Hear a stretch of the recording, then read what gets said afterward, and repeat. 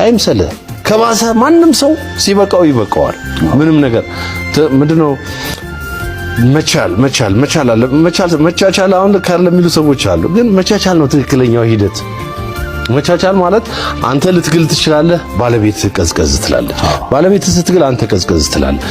ትቻቻላለህ ነው። አንዱ ዝም ብሎ እየቻለ ሌላው የበላይ ሆኖ ህይወት አይኖርም። ዝም ብሎ ሲችልም አንድ ሰው እስከ መጨረሻው እንደዛ ይዘልቃል ማለት አይደለም። ሲበቃው ይበቃዋል ማንም ሰው ገባ።